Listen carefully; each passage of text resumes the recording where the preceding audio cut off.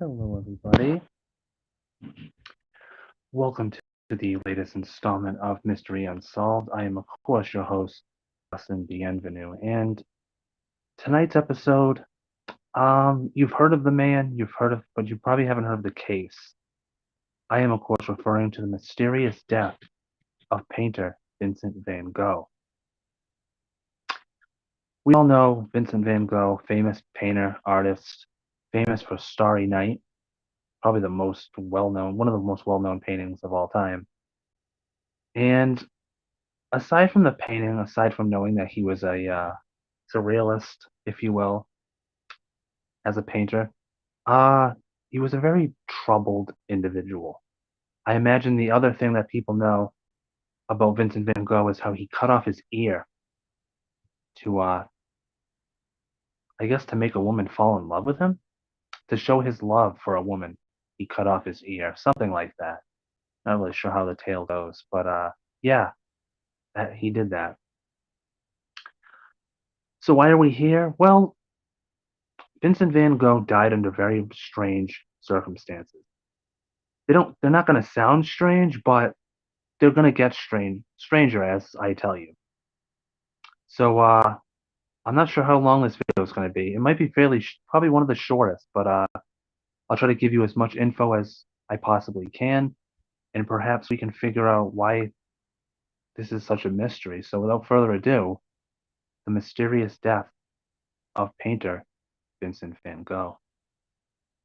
Just once I want to go a video without scratching my face. My God. All right. I've already given you the rundown, details of who he was. Let's get into the nitty-gritty, shall we?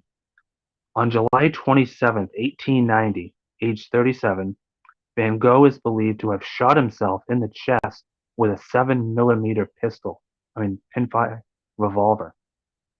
There were no witnesses, and he died 30 hours after the incident. So he shot himself. That doesn't seem weird or strange at all. So why are we here? Well, bear with me. The shooting may have taken place in the wheat field in which he had been painting, or a local barn. The bullet was deflected by a rib and passed through his chest without doing apparent damage to internal organs, probably stopped by his spine. He was able to walk back to the Auberge Ravoux, where he was attended to by two doctors, but without a surgeon present, the bullet could not be removed. You still following me? All right. The doctors tended to him as best as they could, then left him alone in his room, smoking his pipe. The following morning, Theo, his brother, rushed to his brother's side, finding him in good spirits. But within hours, Van Gogh began to fall, suffering from an untreated infection resulting from the wound. He died in the early hours of July 29th. According to Theo, his brother, Vincent's last words were, "The sadness will last forever." Like, okay, hold on a second.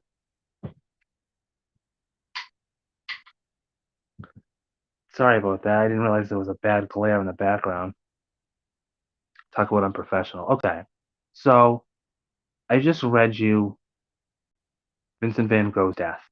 And it's a simple gunshot wound, like he shot himself, but it's weird.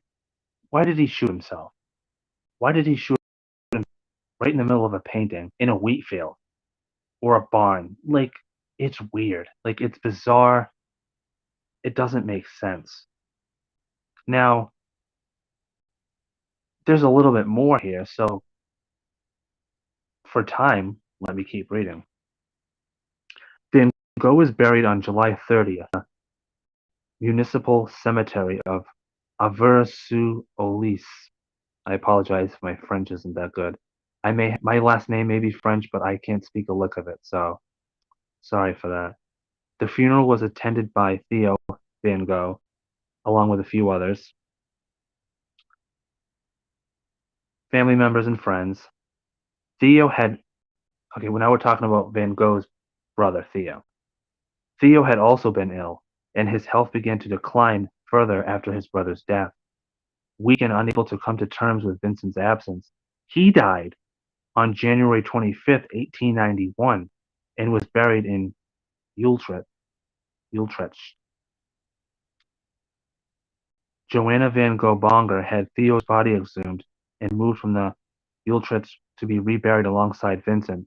So basically, Theo Van Gogh, Vincent's brother, is just so distraught, and he's already ill. Like he's already apparently has a sickness, and he's so distraught over his brother's death that he too succumbs and dies as well.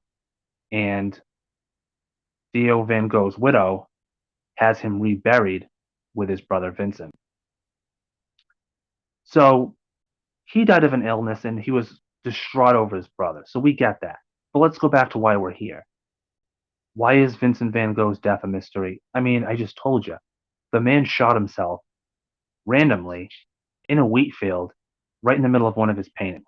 So, like, just imagine he's painting, and apparently he's got a gun. I don't know if there's a stool out there. I don't know what's going on. Let's just assume there's a stool out there. There's an easel, obviously, because he's got to paint.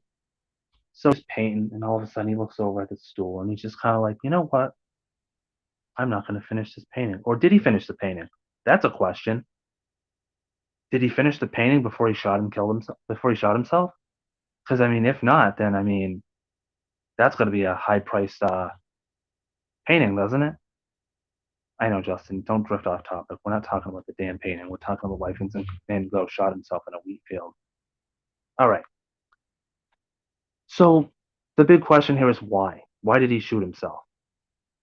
Well, again, you may remember me telling you in the beginning, and if you know anything about Vincent Van Gogh, you know he was a troubled individual. But like, what are we talking about? Like, how troubled are we talking? Well, there's been many studies of, recently, and there's been many theories as to exactly what it was. What were the demons of Vincent Van Gogh, which I will bring forth to us all here. Don't know why I just sound all Shakespearean just now. There have been numerous debates as to the nature of Van Gogh's illness and its effect on his work, and many retrospective diagnoses have been proposed. The consensus is that Van Gogh had an episodic condition with periods of normal functioning. I have no idea what that means, but apparently it's a thing. Perry was the first, I don't know who Perry is, that's a doctor apparently, was the first to suggest bipolar disorder in 1947. And this has been supported by psychiatrists. Two psychiatrists support this theory. Another man has encountered that the symptoms are more consistent with acute intermittent pomorphia, noting that the popular link between bipolar disorder and creativity might be spurious. So apparently, if you're really creative and you have bipolar disorder, that in itself is another disorder. Temporal lobe epilepsy with bouts of depression have also been suggested.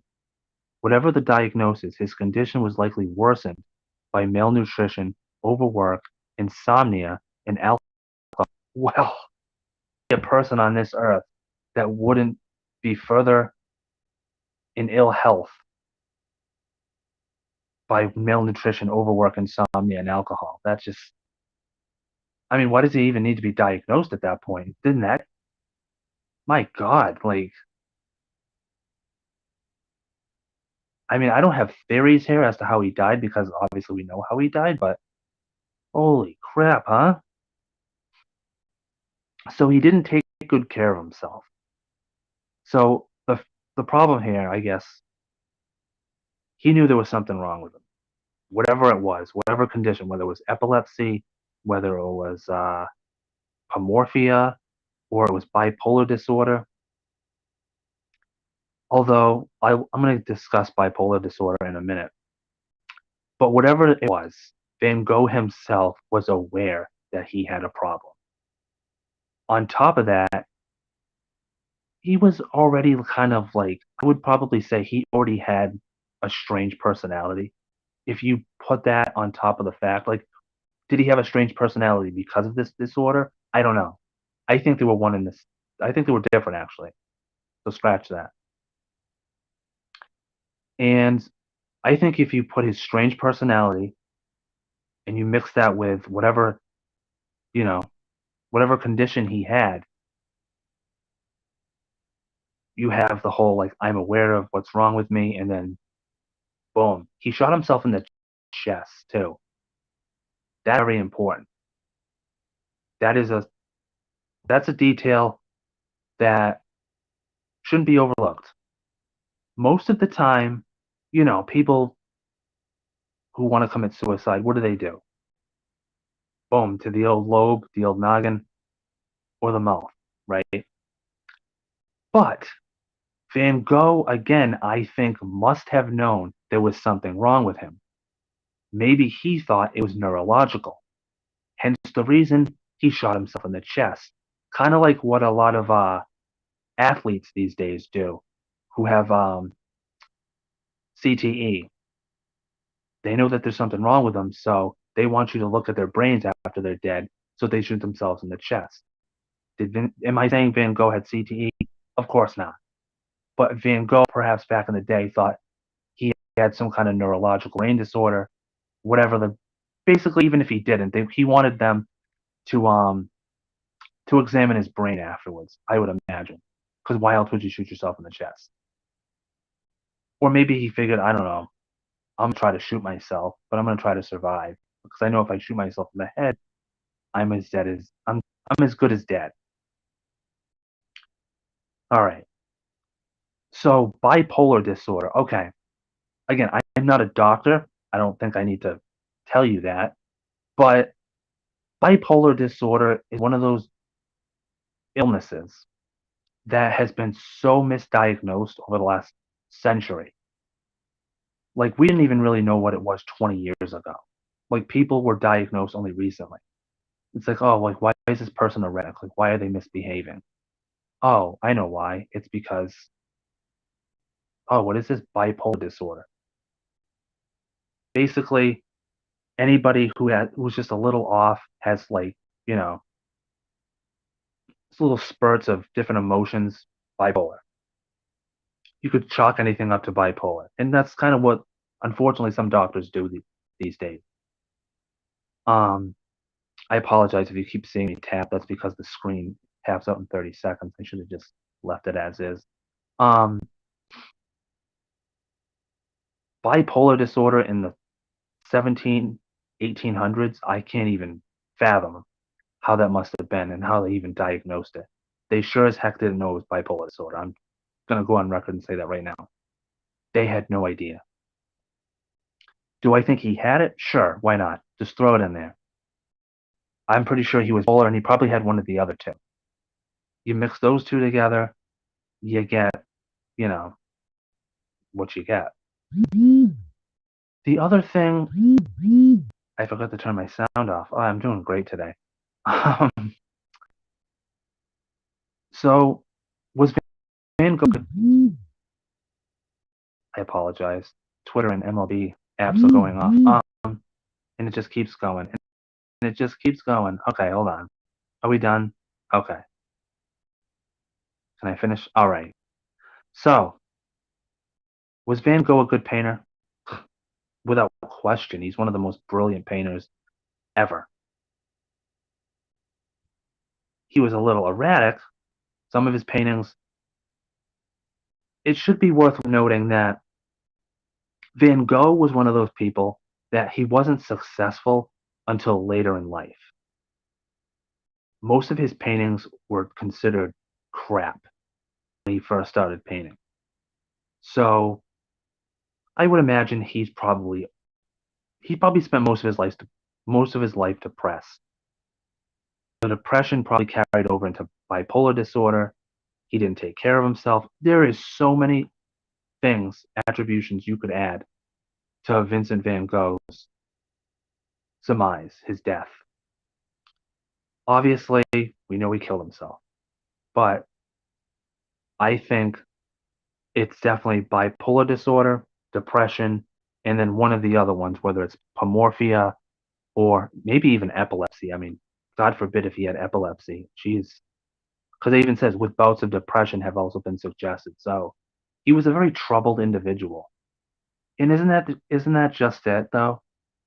The most troubled of individuals are always the most brilliant at their craft or their skill. Case in point, Mr. Vincent Van Gogh. So, what's the mystery in this? Well, the mystery is why did he shoot himself? Like I just pretty much beat that to death.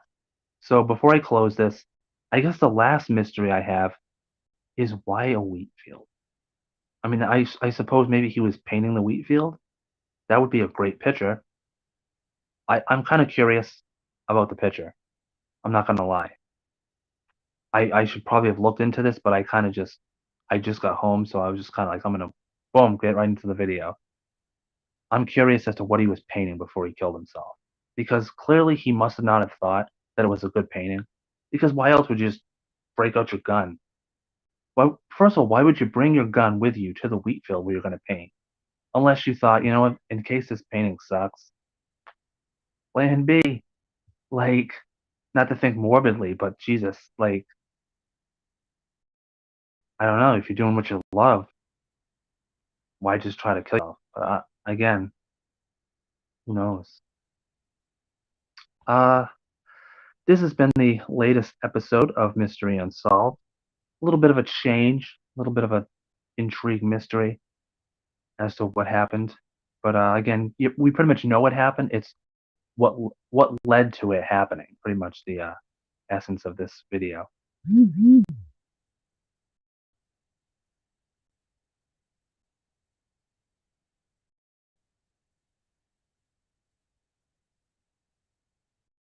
So many interruptions in this video. If I could edit, I would edit them out, but unfortunately, I'm not that savvy. So yeah, hopefully, thank you for the one person watching, as always. If you're the same individual, much appreciated. Maybe one day you will tell me who you are. Um, for those that watch this on the playback, if you enjoy the video, which of course you will, you know the deal. You know how it works. Like the video and subscribe so that you can see more of my Mystery Unsolved videos and also some of my book trailers, which get uploaded, of course, every once in a while. And stay tuned for next week's Mystery Unsolved, where we will be talking about the Men in Black. And no, I'm not talking about Tommy Lee Jones and Will Smith. I'm not talking I make this look good. I might have just quoted the wrong Will Smith movie. I don't care. Anyway, we're talking about the Men in Black, the real Men in Black. The type that kind of makes me a little afraid to even talk about it because God forbid, I'm not even going to go there. But yeah, next week, the Men in Black. Will it be a special? I don't know. There might be a lot of info there, so perhaps it will be a special. I don't know yet. But yeah, so thank you for watching and until next week.